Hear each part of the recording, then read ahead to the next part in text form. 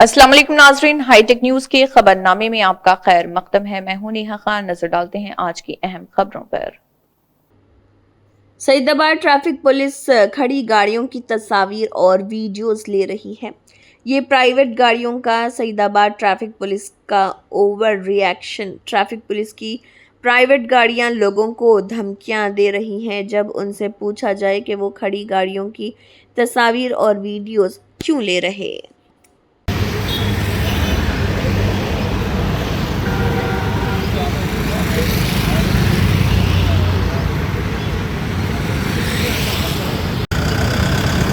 वो साइड से भी मारो शॉट एक। ఈ వీడియోల కోసం అప్పటి నుంచి వెయిటింగ్।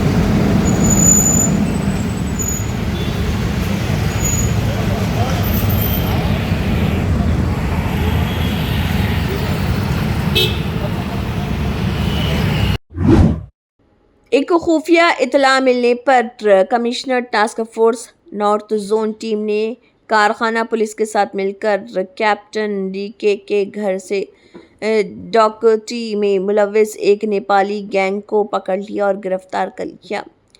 और इस मौके पर इन पर हमला किया गया। घर में लूटमार की और तकरीबन 23 तोले सोने के जेवरात और 95,000 रुपये की नकदी भी लूट ली गई थी। नेपाली कौमियत के डाकू गैंग को कमिश्नर के task force north zone team और कारखाना पुलिस हैदराबाद सिटी ने पकड़ लिया और कार्रवाई शुरू कर दी। गिरफ्तार अफराद की शनाख्त राज बहादुर शाही, महेंद्र बहादुर शाही, गोरखे बहादुर कामे, अमित बिसुकर्मा, सुभाष टमाटा के तौर पर की गई है। PS लिमिट में 15 एंड 16 इंटरविन नाइट में जो डकैती केस हुआ था उसमें आज north zone task force team and कारखाना लोकल पुलिस टीम एक नेपाली गैंग को डिटेक्ट करके उनको एप्रीहेंड किया। इसमें जो 15 और 16 को एक रिटायर्ड कैप्टन के घर में जो डकैती केस हुआ था उसमें टोटल 13 लोग पार्टिसिपेट किए थे और 23 तोला ऑफ गोल्ड लॉस हुआ था और 95,000 रुपीज कैश चोरी हुआ था। तो इस केस में अभी हमने 5 एक्यूज को आइडेंटिफाई करके उनको एप्रीहेंड किया है। वो 5 एक्यूज के नाम राजेंद्र साई, महेंद्र साई, गोरखे बहादुर, अमित विश्वकर्मा, सुभाष तामटा, ये 5 एक्यूज को हमने एप्रीहेंड किया है। ये पांचों नेटिव प्लेस इनका नेपाल है, यहाँ पे वो काम करने के लिए आए थे और 8 लोग अभी एब्सकॉन्डिंग है, उनके लिए फर्दर हमारा इन्वेस्टिगेशन चल रहा है। ये आज ये पूरा इशू में हमने टोटल 73 ग्राम्स का वॉच, 43,000 कैश और 5 सेल फोन को भी हमने सीज किया है। ये इशू हुआ 15 एंड 16 नाइट नवंबर को। एक कैप्टन, रिटायर्ड कैप्टन के हाउस में उन्होंने एक लोकल एजेंसी को अप्रोच किया था, डोमेस्टिक हेल्पर चाहिए इसलिए, राजवीर एजेंसी के। ये राजवीर एजेंसी ने इनके घर पे 2 राजेंद्र साई एंड रेखा रावल, ये 2 डोमेस्टिक वर्कर को भेजा था। इन्होंने 21 अक्टूबर से ये रिटायर्ड कैप्टन के घर पे काम करना स्टार्ट किया था।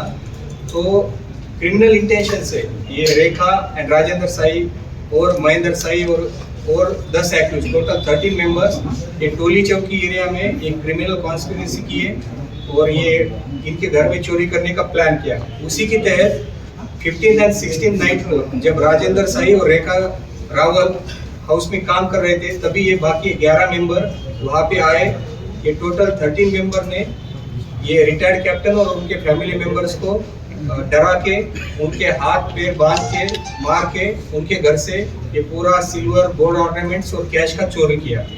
उसके बाद सीपीआई हैदराबाद सर के इंस्ट्रक्शन के ऊपर immediately north zone task force team and local PS से टोटल 6 टीम्स का फॉर्मेशन किया और continuously CCTV footages, technical evidence और अदर एविडेंस के तहत ये पूरा वर्कआउट करके फाइनली ये 5 एक्यूज को हमने एप्रीहेंड किया है। तो ये 5 एक्यूज को आज हम जुडिशियल रिमांड को भेज रहे हैं। फर्दर पुलिस कस्टडी लेके रिमेनिंग 8 एक्यूज के लिए भी हम पकड़ने की कोशिश करेंगे।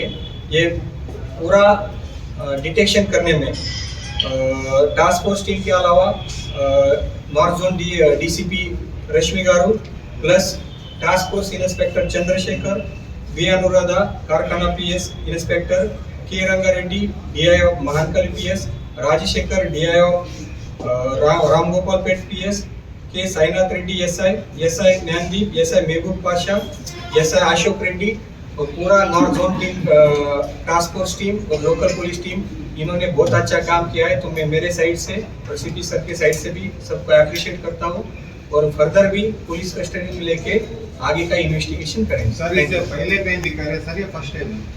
अभी तक उनके हिसाब, हमारा इन्वेस्टिगेशन के हिसाब से ये फर्स्ट टाइम उन्होंने ऑफेंस किया है। कुछ लोगों के ऊपर प्रीवियस केसेस भी है, वो भी हम वेरीफाई कर रहे हैं।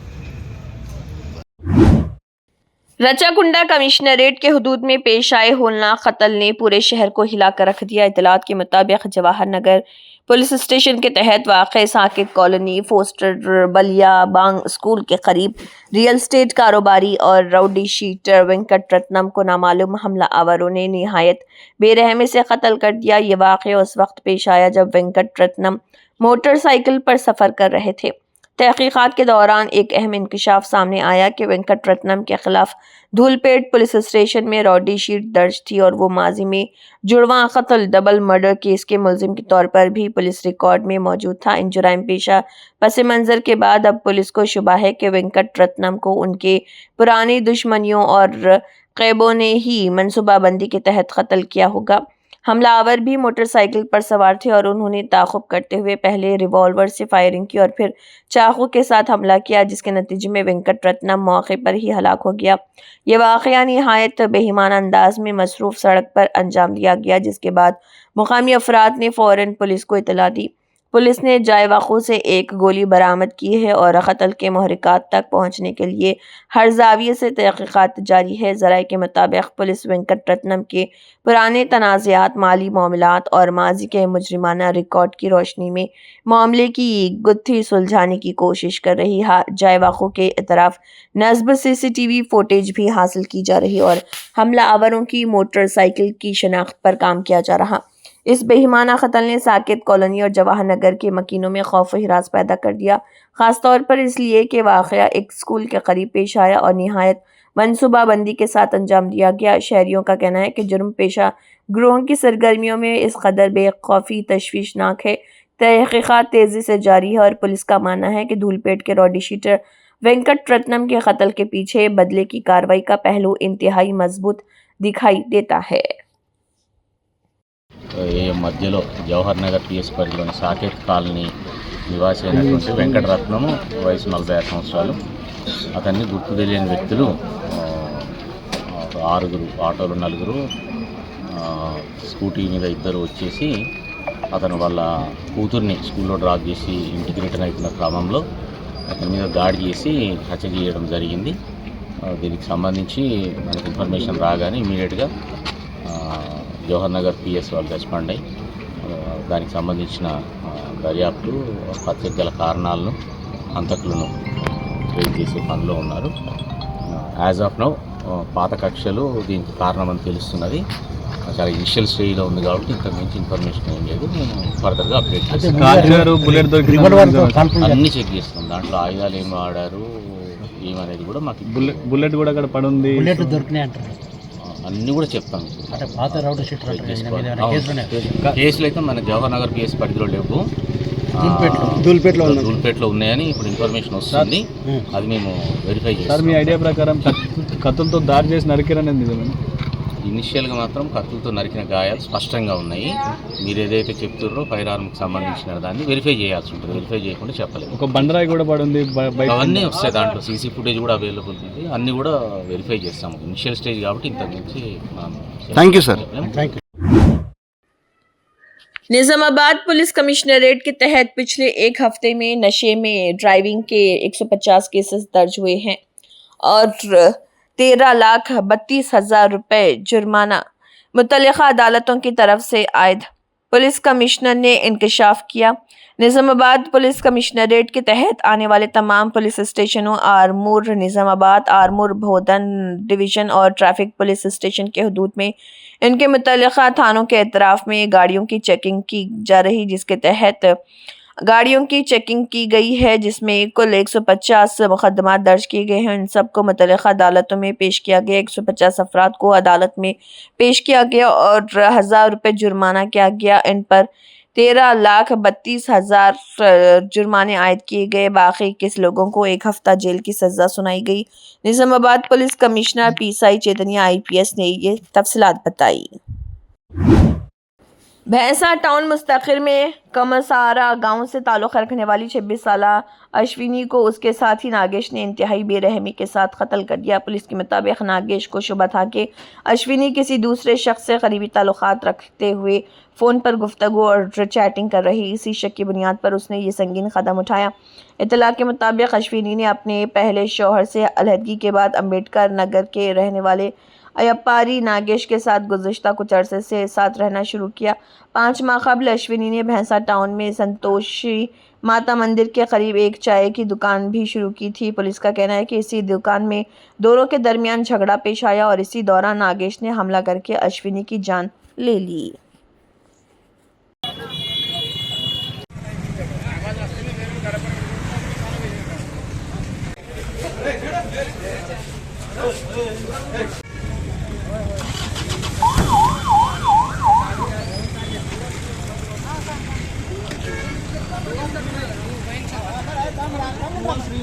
ఈరోజు బైన్సా పట్టణంలో సంతోషి మాత టెంపుల్ పక్కన ఒక వివాహిత హత్యకు గురైందన్న సమాచారం మేరకు ఇక్కడ సీన్కి వచ్చి చూడడం జరిగింది.